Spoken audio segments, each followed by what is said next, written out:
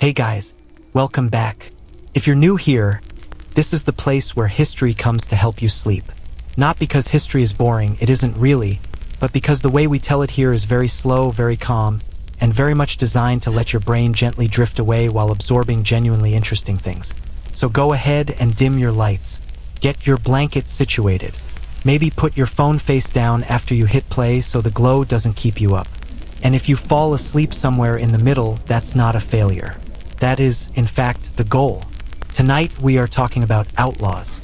Specifically, the Wild West outlaws who didn't die the way the stories say they should have.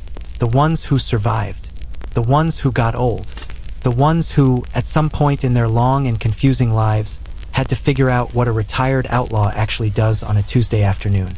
And the answer, it turns out, is usually something deeply undramatic.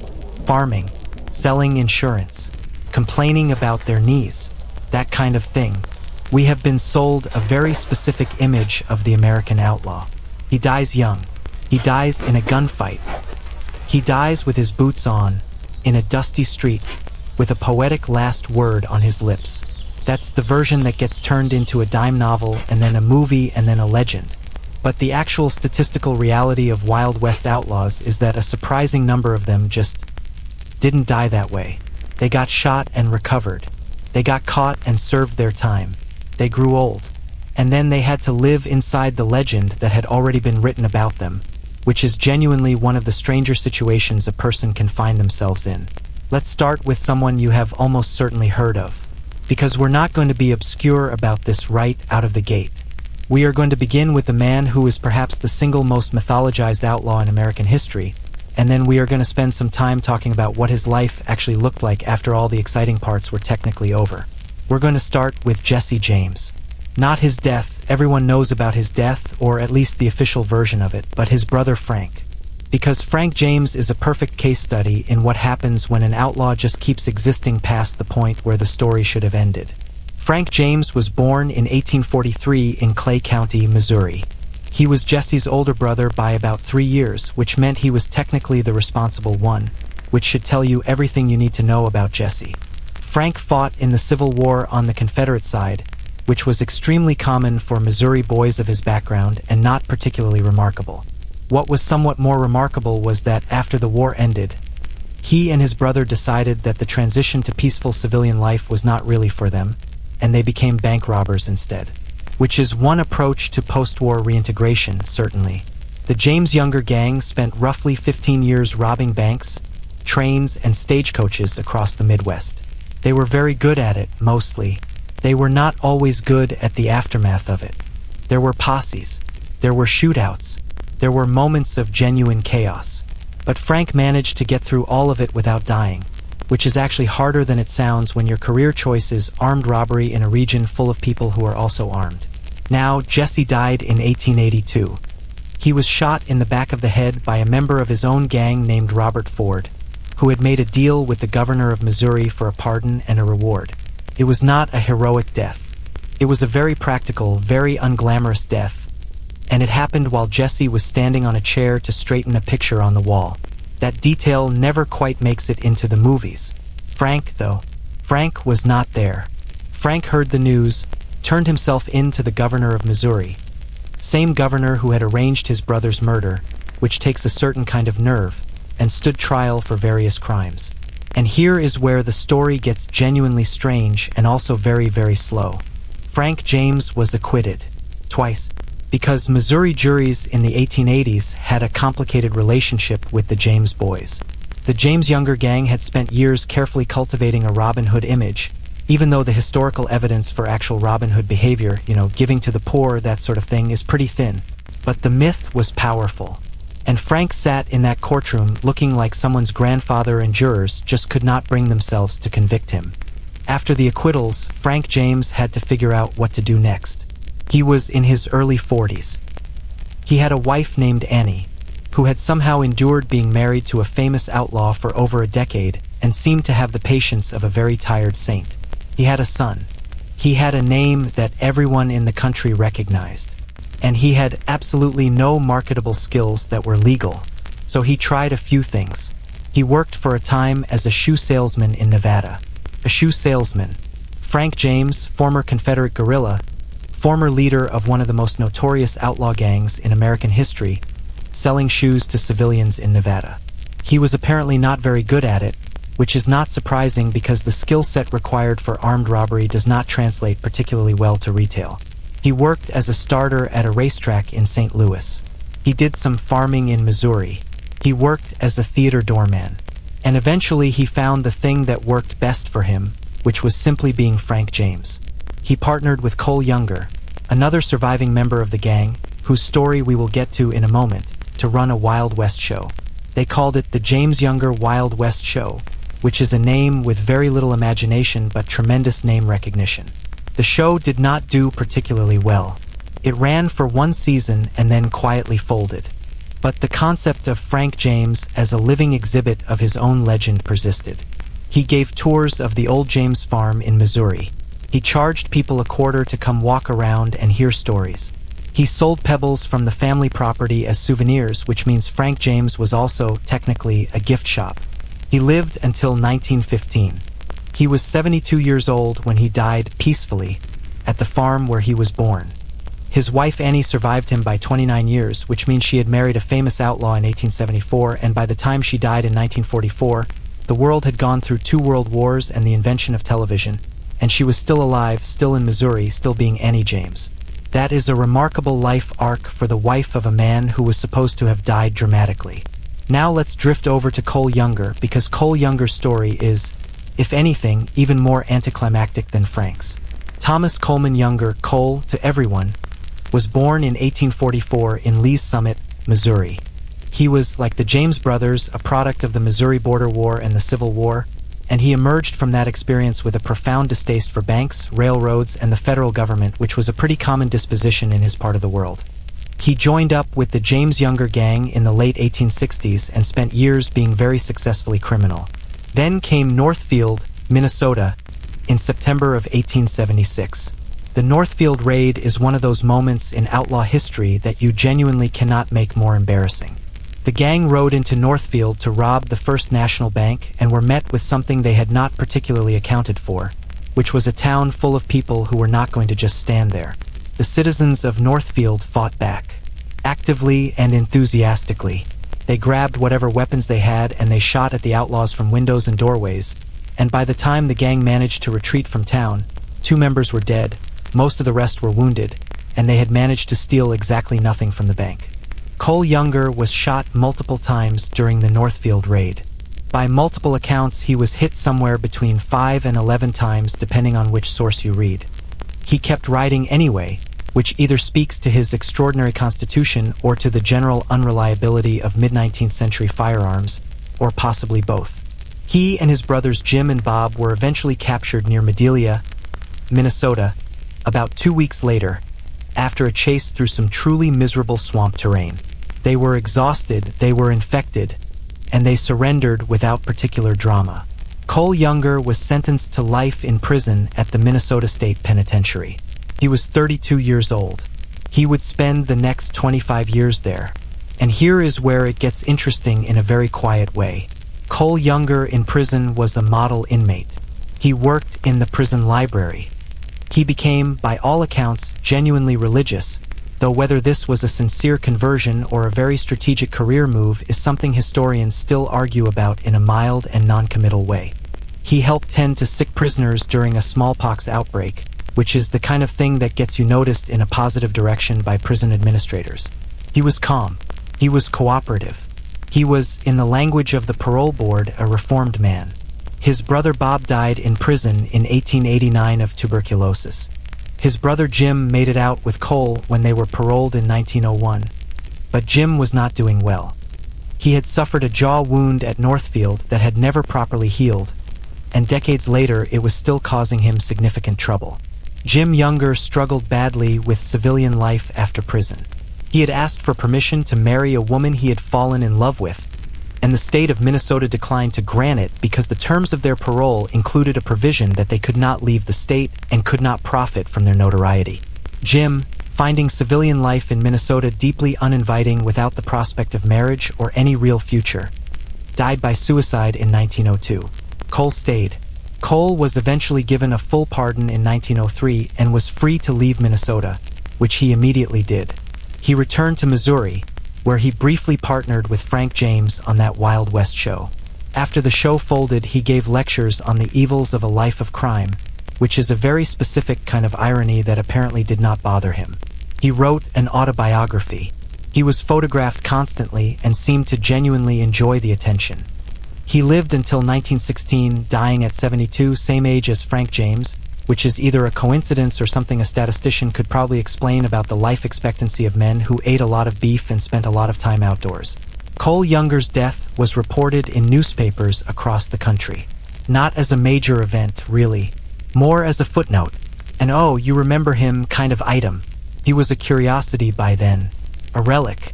A man from a story that had already been told so many times that the real person inside it had become almost invisible. And that is a theme we will keep coming back to tonight. The way these men became legends while they were still alive, and then had to spend their remaining years living inside those legends, which were almost never accurate and often slightly humiliating. Let's drift a little further west now and talk about someone whose post-outlaw life is one of the more genuinely strange stories in American history. We're going to talk about Emmett Dalton. The Dalton gang is less famous than the James Younger gang, but they were, in their brief career, extremely enthusiastic about bank robbery. The Dalton brothers, there were several of them, and not all of them were outlaws, which led to some awkward family reunions, operated in Kansas and the Indian Territory in the early 1890s. The leaders of the gang were three brothers, Grat, Bob, and Emmett.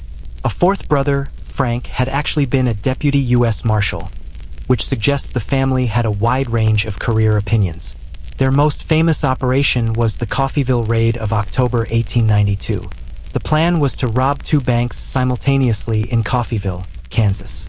Simultaneously, two banks at the same time.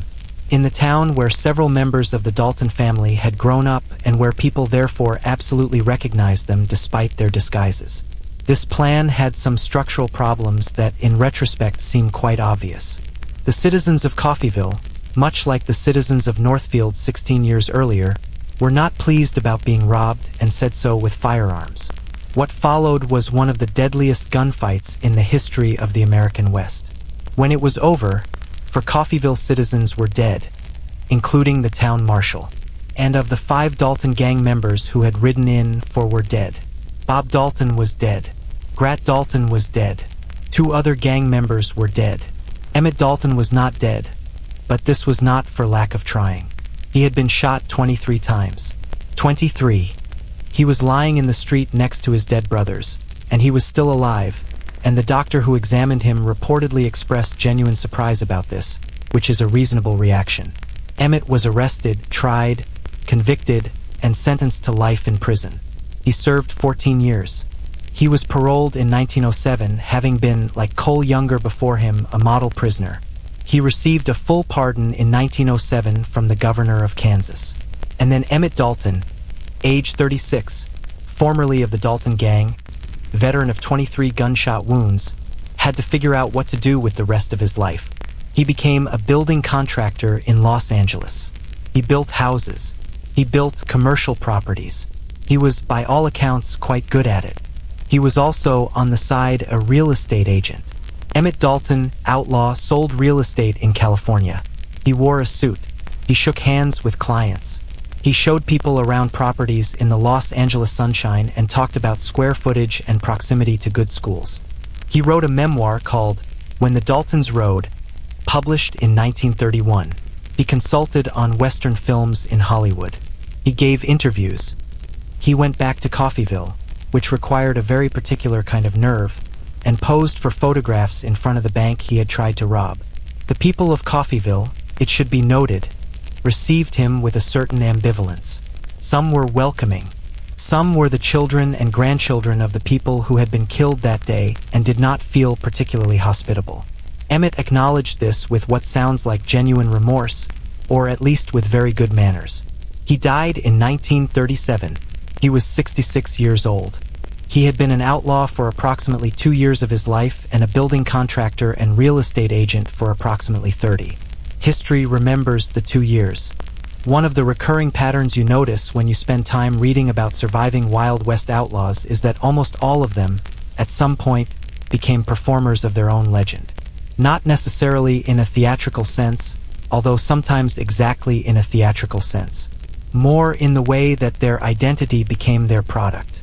They were famous for having been famous, and in the late 19th and early 20th century, that was actually a marketable thing.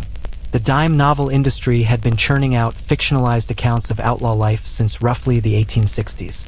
These books were cheap, they were widely distributed, and they were almost completely inaccurate, but accuracy was not really the point. The point was drama. The point was a good story. And because these books existed and people had read them, the actual surviving outlaws walked around in a world where everyone already thought they knew who these men were, which meant the men themselves had very little control over their own narratives. Some of them leaned into this. Some of them fought against it. Some of them tried to do both simultaneously, which produced some genuinely confused public personas. Let's talk about the man who perhaps navigated this situation most skillfully, or at least most entertainingly. Let's talk about Bat Masterson. Bartholomew Masterson, Bat, because no one was going to call him Bartholomew, was born in 1853 in Quebec, Canada, which is not a detail that makes it into most Western stories because Canada is not particularly romantic in the cowboy sense. His family moved to the United States when he was a child, and he grew up in Illinois and then Kansas, which was a perfectly adequate frontier upbringing. Bat Masterson became a lawman, which is important to establish because he is sometimes categorized as an outlaw and he wasn't exactly. He was a gambler, a gunfighter, and a general frontier adventurer, but he operated mostly on the legal side of things, at least officially. He served as sheriff of Ford County, Kansas, and he was associated with Wyatt Earp and the general Dodge City scene of the 1870s and 1880s. He was involved in several shootouts. He survived all of them. He apparently had a talent for walking away from violent situations, which is an underrated skill. But what's really interesting about Bat Masterson is what he did after the frontier period ended. Because the frontier did end. The Wild West as a lived reality, the open cattle trails, the lawless boom towns, the genuine danger, was fading by the 1890s. The frontier was officially declared closed in 1890. The era was over, and the men who had lived in it had to figure out what to do in its absence. Bat Masterson moved to New York City. He became a sportswriter. He was apparently an excellent sportswriter. He wrote about boxing primarily for a paper called the New York Morning Telegraph, and his columns were widely read and genuinely respected. He had opinions. He had a voice. He could write, which was not something everyone had predicted about a former frontier sheriff from Kansas. He became a well-known figure in New York sporting circles. He wore good suits. He went to Madison Square Garden. He had lunch at Delmonico's. He was, by all accounts, quite comfortable in the city, which surprised people who expected frontier men to wilt in urban environments. President Theodore Roosevelt appointed him a deputy U.S. Marshal for the Southern District of New York in 1905, partly because Roosevelt was extremely enthusiastic about the romance of the frontier and liked having authentic Western figures in his social orbit. Bat was polite about this appointment, but did not find it particularly meaningful. He had already built a whole second career. He died in 1921 at his desk at the newspaper. He had been writing a column about the philosophy of life, whether honest effort was rewarded, that sort of thing, and he died mid-sentence. His last written words were something along the lines of observing that some people are born into wealth and others have to work for everything. It was a perfectly adequate final observation, if not a particularly thrilling one. But then, that was Bat Masterson's whole second act. Perfectly adequate, professionally respectable, genuinely surprising. Now let's drift over to someone whose second act was considerably more chaotic and also considerably more photographed. Let's talk about Belle Starr, or rather let's talk about the women adjacent to the outlaw world, because Belle Starr is too famous to skip and also deeply misrepresented. Belle Starr, born Myra Maybelle Shirley in 1848 in Missouri, is often described as the bandit queen of the West, which sounds very exciting and is mostly a title that was invented by journalists and dime novelists who found the reality of her life insufficiently dramatic. The reality of Belle Starr's life was that she was a woman who associated with outlaws, occasionally received stolen horses, had 2 children by 2 different men who were both outlaws, lived in the Indian Territory, present-day Oklahoma, and was generally regarded by her neighbors as difficult and interesting. She was tried for horse theft. She served 9 months in a federal prison in Detroit. She came home and continued living more or less as she had before. She was shot and killed in 1889, 2 days before her 41st birthday, by an unknown assailant. The identity of her killer was never definitively established, which is the one genuinely mysterious thing about her life. Candidates included a neighbor she had quarreled with and one of her own sons, which is a dark option that nobody particularly wanted to examine too closely. But Belle Starr is in this conversation because of what happened to her image after her death. She became posthumously a legend. The dime novels multiplied. The stories grew. The Bandit Queen became more and more spectacular with each retelling, until the historical Belle Starr, complicated, sometimes unpleasant, occasionally criminal, thoroughly human, was almost entirely buried under the romantic version. And several of the people in her life who survived her had to then navigate existence inside that legend, including her daughter Pearl, who reportedly found the whole mythology around her mother alternately useful and mortifying, depending on the day. Let's move to someone who represents the absolute peak of the survived everything and then had a very long ordinary life category. Let's talk about Bill Doolin. Or rather, let's talk about what happened to his gang members who survived him, because Doolin himself was shot and killed by a marshal in 1896, which is the kind of ending the narrative expected. But several of his gang members did not die that way, and their subsequent lives are very interesting in a very mild and drowsy sort of way. The Doolin-Dalton gang, sometimes called the Wild Bunch of Oklahoma, operated in the Indian Territory in the early 1890s. They robbed banks and trains with considerable enthusiasm and were pursued by a very determined marshal named Bill Tillman, who was himself a fascinating figure. He lived until 1924 and was still doing law enforcement work in his 70s, which is a different kind of remarkable survival. One of the Doolin gang members who survived and whose subsequent life became genuinely strange was a man named George Bitter Creek Newcomb. Newcomb was shot and killed by bounty hunters in 1895, so he doesn't quite qualify for this list. But another gang member, Little Dick West, whose actual name was Richard West, and Little Dick was a nickname that historians have apparently decided to just keep using, survived until 1898 before being killed by marshals. The more interesting surviving Doolin associate is a man named Elmer McCurdy, who is not exactly a surviving outlaw in the traditional sense because he died young in 1911. But what happened to his body afterward is one of the most genuinely bizarre stories in American history, and it belongs in any conversation about the long, strange afterlife of outlaw legends. Elmer McCurdy was not a particularly successful outlaw. He was, by most accounts, not particularly good at it. He was involved in a series of robberies that went wrong in various ways. His last robbery, in October 1911, involved a train in Oklahoma, and he and his companions managed to rob the wrong train. They had been expecting a passenger train carrying a large sum of money and instead hit a Katy Flyer carrying only $46 and some whiskey. McCurdy reportedly drank the whiskey. He was found by a posse the next morning sleeping in a haystack and was shot during the subsequent confrontation. His body was taken to a funeral home in Pawhuska, Oklahoma, and then nobody came to claim it. McCurdy had no family who wanted to pay for the funeral, and the undertaker, who had apparently embalmed the body with a very effective arsenic-based solution, hit upon a solution that makes a certain dark economic sense. He put the body on display. He charged 5 cents to see the bandit who wouldn't give up. People came. It was apparently an attraction. The body was eventually acquired by a traveling carnival, then by another carnival, then by a haunted house attraction, then by another one. Elmer McCurdy's mummified body spent decades on display in various traveling shows and Halloween attractions, being passed from owner to owner, often without anyone being entirely certain who he actually was. He was just a prop, a thing, a corpse that had become a curiosity. In 1976, a film crew working on a TV show at an amusement park in Long Beach, California, moved what they thought was a mannequin in the haunted house, and the arm broke off, revealing bone. It was Elmer McCurdy.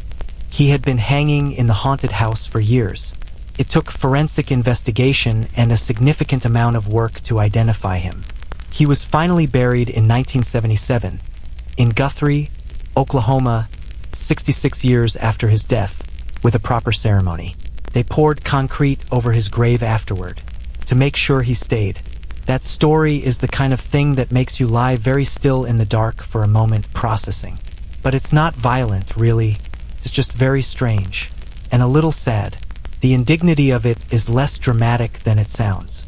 More like the quiet indignity of being completely forgotten except as a Halloween prop. Which is its own kind of melancholy. Let's float away from that and toward someone whose life after outlawry was considerably more comfortable. Let's talk about the most famous surviving outlaw of the actual end of the Wild West period. We're going to talk about Butch Cassidy. Or rather, we're going to talk about what might have happened to Butch Cassidy because his story ends, depending on which historian you ask, in either Bolivia in 1908 or in small-town America sometime in the 1930s, and both versions are interesting for different reasons. Robert Leroy Parker Butch Cassidy, to everyone, was born in 1866 in Beaver, Utah. He came from a Mormon family, which is a detail that surprises people who picture outlaws as having emerged fully formed from some particularly lawless corner of nowhere. His parents were decent, hard-working people who probably had some strong feelings about his career choices. Butch fell into rustling and robbery gradually, the way you do when you're a young man in the 1880s who finds legitimate work tedious and the company of experienced criminals interesting. He eventually became the leader of a gang called the Wild Bunch. Not the Doolin Gang, a different Wild Bunch, which suggests there were simply a lot of bunches in the West and not all of them had creative naming departments, and operated out of a hideout in Wyoming called Hole in the Wall. He was good at this. Butch Cassidy was genuinely skilled at the logistics of bank and train robbery. He planned carefully. He avoided violence where possible. He was, by multiple accounts, personable and reasonably good-humored. He was also, for a long time, quite good at not getting caught. He had a partner named Harry Longabout, who is more famous as the Sundance Kid, and together they represent perhaps the most thoroughly romanticized outlaw partnership in American history, largely because of a 1969 film starring Paul Newman and Robert Redford, which made them both look much more charming and photogenic than the historical record strictly requires. By 1901, the pressure from the Pinkerton Detective Agency, which had been pursuing the Wild Bunch for years with considerable resources and determination, had become too much. Butch and Sundance, along with Sundance's companion Etta Place, left the United States and went to South America. Argentina first, then Bolivia. They tried for a while to go straight. They ran a ranch in Patagonia. They were, by some accounts, reasonably good ranchers. Neighbors liked them. They were known as the Americans. It didn't last. The money ran out. The legitimate life became less appealing. They went back to robbery, this time robbing South American banks and payrolls instead of American ones, which is a lateral move at best. The official version of the ending, supported by Bolivian police records, is that Butch and Sundance robbed a mining company payroll in 1908, were tracked to a small village called San Vicente, and were killed in a confrontation with Bolivian soldiers. The details are not entirely clear because the accounts were written afterward by people who hadn't been there. But 2 bodies were buried in San Vicente, and the assumption for most of the 20th century was that those were Butch and Sundance. However, there is an alternative version, and it is supported by enough anecdotal evidence to be genuinely interesting, which is the version where Butch Cassidy did not die in Bolivia at all. We'll get into that in part 3. For now, let's settle back. We're about halfway through the first hour of this whole slow, quiet journey through lives that refuse to end dramatically. Close your eyes for a moment if you want. We're not going anywhere fast. The question of whether Butch Cassidy actually died in Bolivia is one of those historical arguments that will probably never be fully resolved, which is actually quite pleasant from a storytelling perspective because it means you can hold 2 versions in your head at once without either one being definitively wrong. Here is what the alternative story looks like. A woman named Lula Parker Bettinson, who was Butch Cassidy's younger sister, spent most of her life quietly maintaining that her brother had not died in Bolivia. She was not a dramatic person. She was not a publicity seeker. She was a woman in small-town Utah who had watched her brother become a legend and had her own private knowledge about whether that legend was accurate. In 1975, at the age of 91, she published a memoir called Butch Cassidy, My Brother, in which she stated plainly that Butch had returned to the United States after the Bolivian episode, had visited the family in Utah in 1925, and had lived out the rest of his days quietly somewhere in the Pacific Northwest under a different name. She did not name the name. She was very clear about not naming the name. She felt that the people who had known him in his final years deserved their privacy, and she was honoring that, which is a very composed position for a 91-year-old woman who has been sitting on this information for decades. There are other accounts, people who claim to have met Cassidy in the 1920s and 1930s. A man named William T. Phillips, who lived in Spokane, Washington, and who wrote an unpublished manuscript about the life of Butch Cassidy that contained details only someone with first-hand knowledge would likely possess. Phillips was, in the view of some researchers, actually Robert Leroy Parker. In the view of other researchers, he was an unreliable fantasist. Neither group has conclusively proven their case.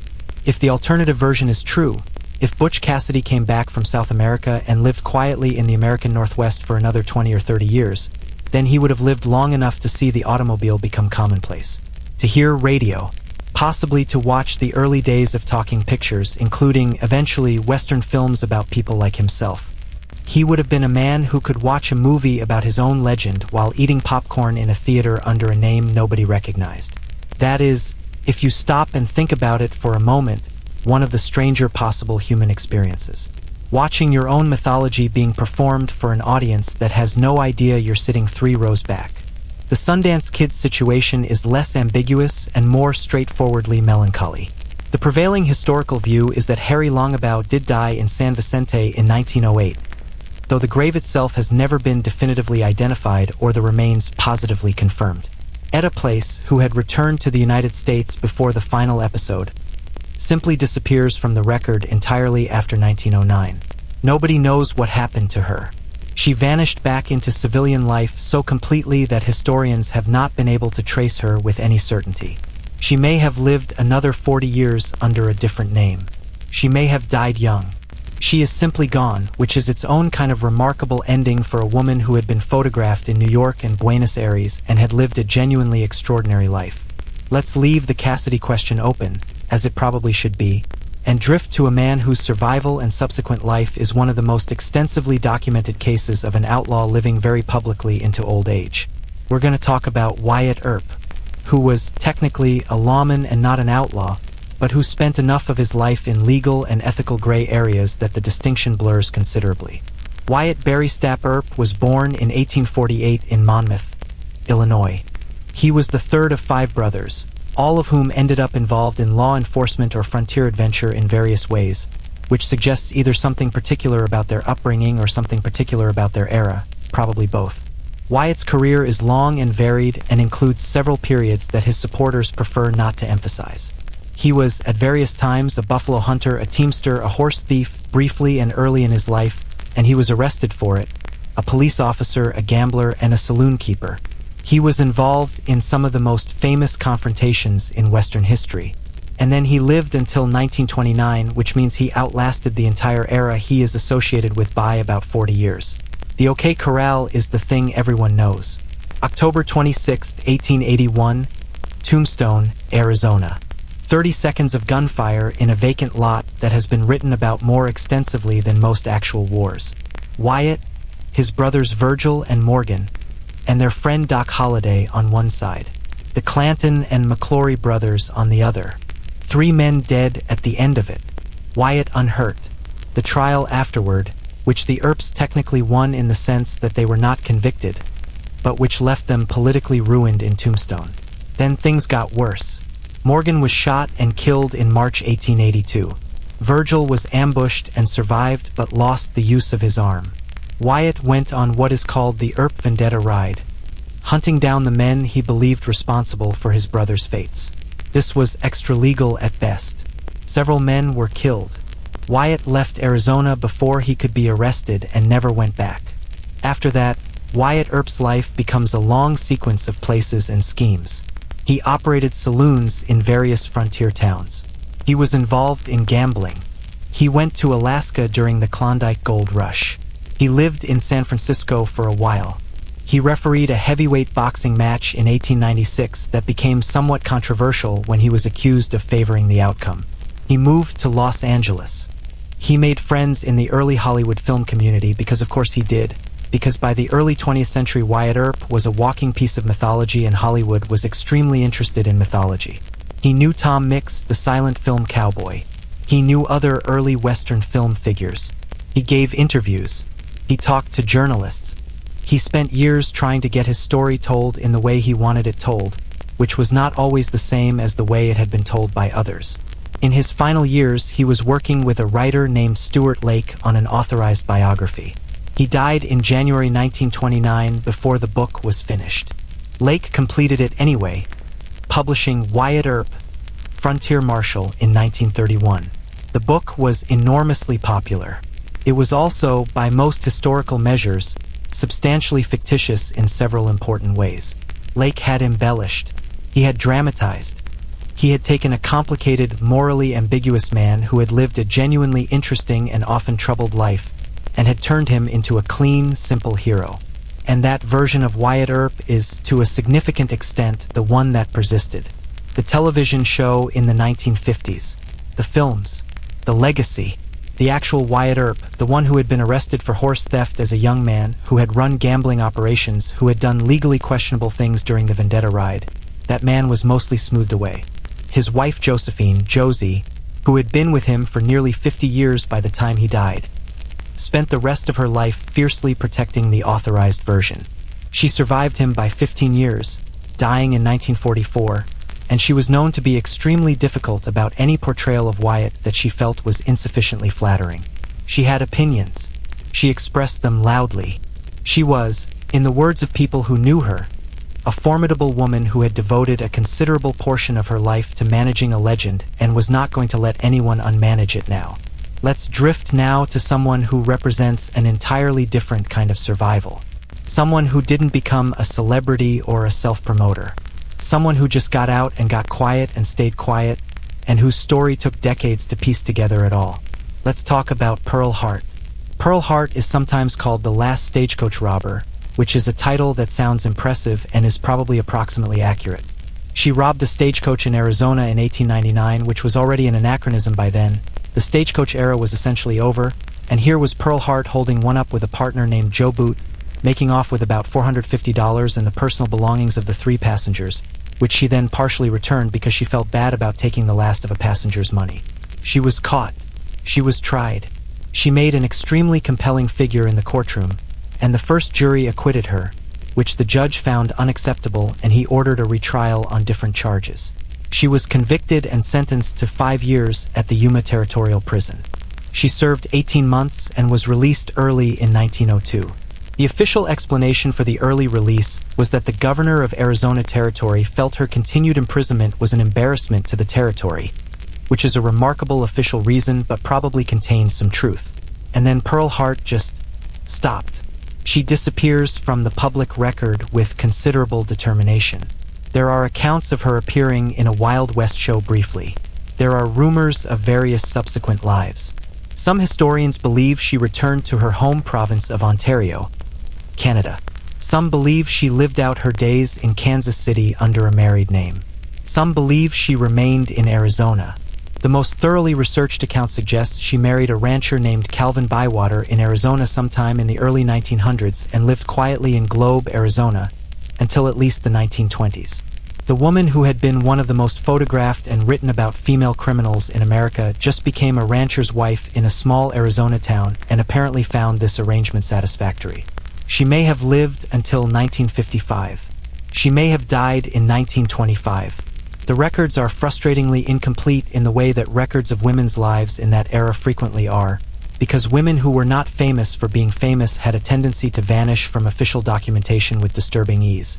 What we can say is that Pearl Hart, whatever she did with the rest of her life, did it without fanfare, which is, in its way, the most interesting choice of all. By now, it's probably quite late wherever you are. The lights are low. Maybe you've shifted position twice. Maybe someone else in the room has been asleep for the last 40 minutes and you're the only one still listening, which means you are, at this moment, doing exactly what this channel was designed for. So let's keep going. Slowly. There's no rush. We've been talking about men and women who lived inside their own legends and tried to navigate the space between who they had been and who they were now. And there's one more person we need to visit before we can let this whole conversation wind down properly. We need to talk about Doc Holliday.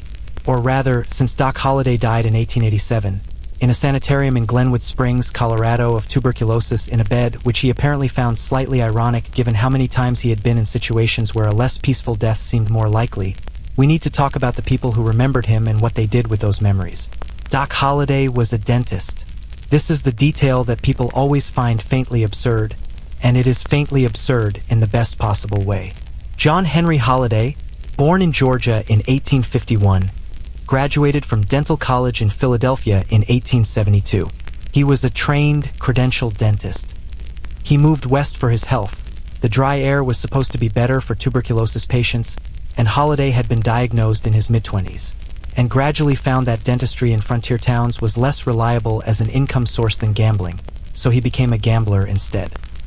He was also, by various accounts, extremely good with a gun and not particularly hesitant about using one, which made him both a useful friend and a genuinely alarming person to annoy. He met Wyatt Earp in Texas sometime in the late 1870s, and they formed one of the stranger friendships in Western history, the serious, methodical lawman and the tubercular, sardonic dentist-turned-gambler who was, by most accounts, aware that he was dying and had adjusted his outlook accordingly. Holliday spent most of his adult life being slowly killed by tuberculosis and managing this with a combination of whiskey, gambling, and gunfighting that his doctors probably would have advised against. He made it to 36. When he died, he was reportedly surprised to find himself dying in bed, having said at some point that he had always thought he would die with his boots on. He looked down at his bare feet and said, by the account of the person at his bedside, "This is funny," and then he died. That is a perfectly adequate last line. Not dramatic, not a speech, just a dry, tired observation from a man who had been making dry, tired observations his entire adult life. Fitting. The people who survived Doc Holliday spent decades arguing about who he had actually been. Wyatt Earp maintained that Holliday was deeply loyal and fundamentally decent under the difficult exterior. Other accounts were less generous. The woman who had been his companion for most of his adult life, a woman named Mary Catherine Haroni, known as Big Nose Kate, which was a nickname she reportedly despised, lived until 1940. She was in her 80s when she died, having outlived Doc by 53 years. She gave interviews. She contradicted other accounts. She had opinions about how history was remembering the man she had lived with, and those opinions were not always complimentary to the legend. Kate's life after Doc is its own quiet story. She married briefly, divorced, worked various jobs, eventually ended up in a pioneer home for the elderly in Prescott, Arizona.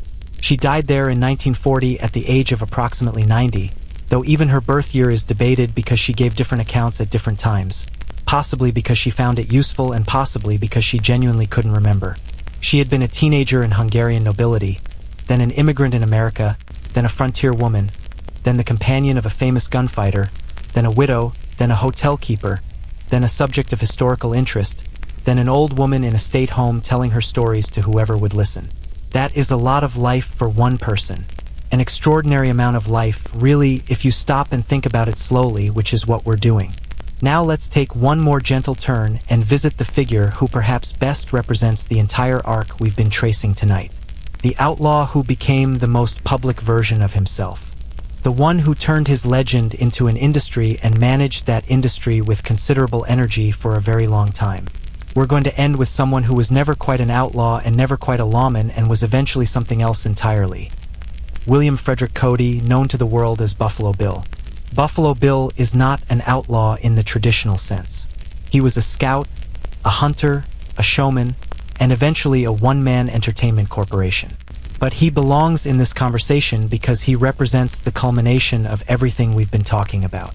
He is the man who took the Wild West, packaged it, and sold it to the world. And in doing so, he changed how everyone understood and misunderstood the era we've been discussing all night. Cody was born in 1846 in Iowa. He had a varied frontier career: Pony Express rider, Civil War soldier, buffalo hunter, Army scout. That was genuinely adventurous and genuinely dangerous, and also, as his life went on, genuinely exaggerated.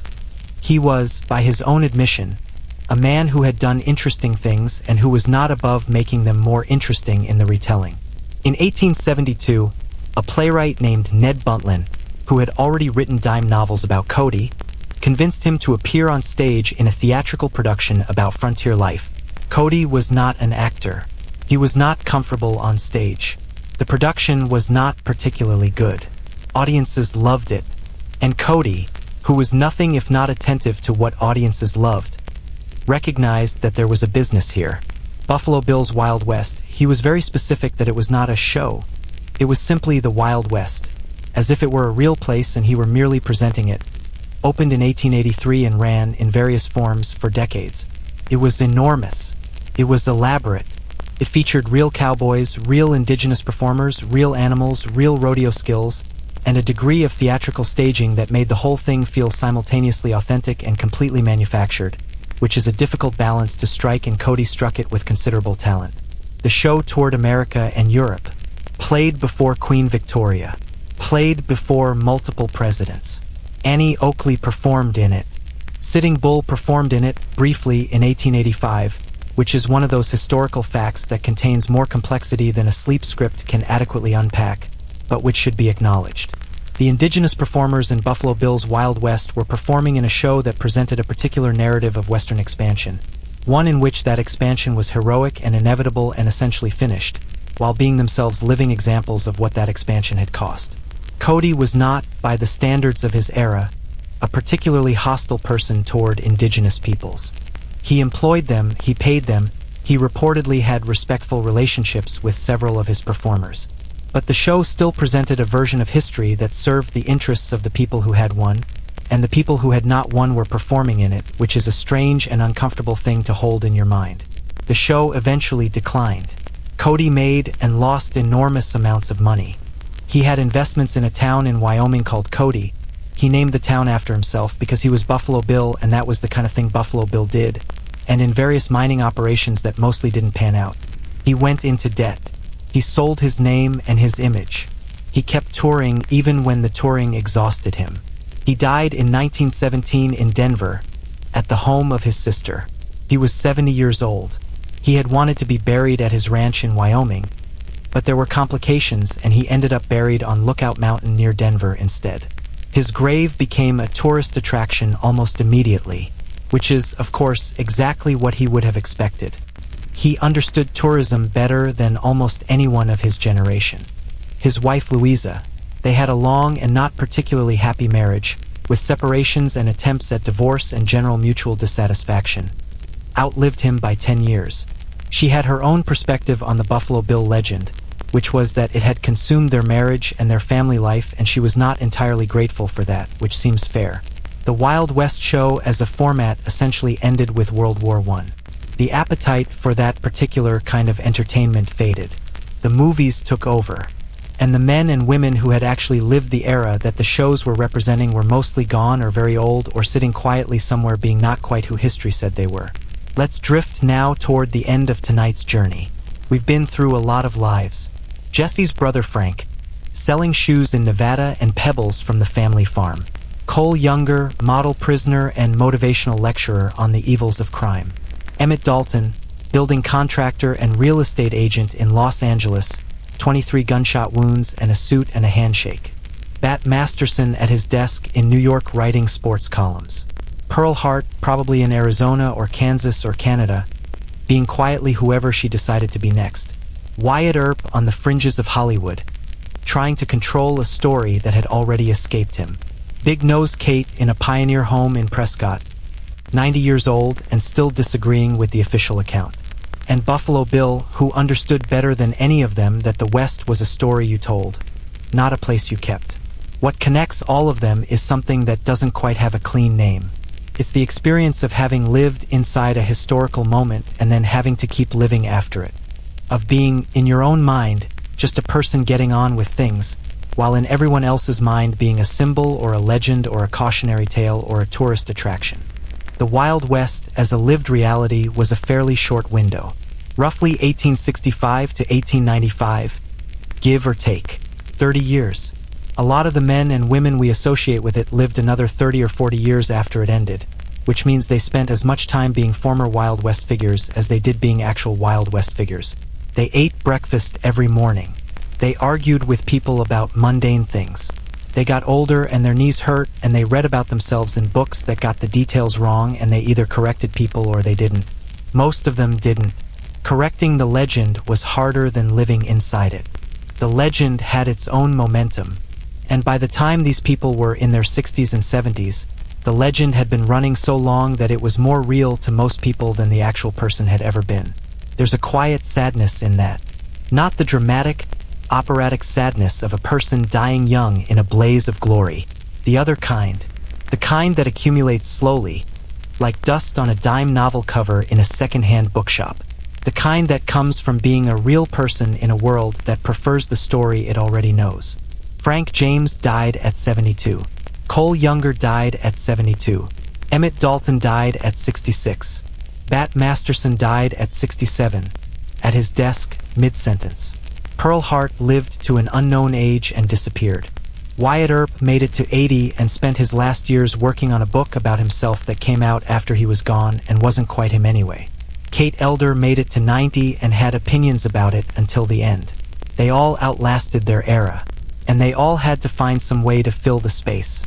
Most of them found ordinary things: farms, shoe stores, real estate offices, newspaper columns, construction sites, quiet ranches in small towns where maybe nobody knew and maybe everybody knew, and either way life continued at the pace it continues, which is slow and unremarkable and, honestly, not so different from any other life once you strip away the mythology. The guns go quiet. The posses disperse. The dime novels yellowed on their shelves. And the outlaw, if he's lucky or unlucky depending on how you look at it, just gets older. Like everyone else. Which is probably the least dramatic ending possible. And also, when you think about it gently, the most human one. Alright, that's tonight. The lights are already low. Whatever you're lying on is probably comfortable enough. There's nothing pressing happening anywhere that can't wait until morning. History will still be there. The outlaws will still have survived. Frank James will still have sold shoes. Emmett Dalton will still have gotten up on a Monday morning in Los Angeles and gone to check on a building project and eaten lunch and driven home, and none of it will have been remotely legendary. Sleep well. We'll find something else to talk about next time. Good night.